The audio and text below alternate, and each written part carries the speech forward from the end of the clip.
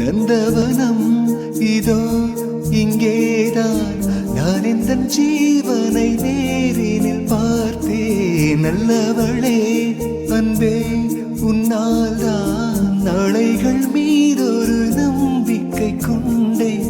உன்னை கண்ட நிமிஷத்தில் உறைந்து நின்றேன். மறுபடி ஒரு முறை பிறந்து வந்தேன். உன்னை கண்ட நிமிஷத்தில்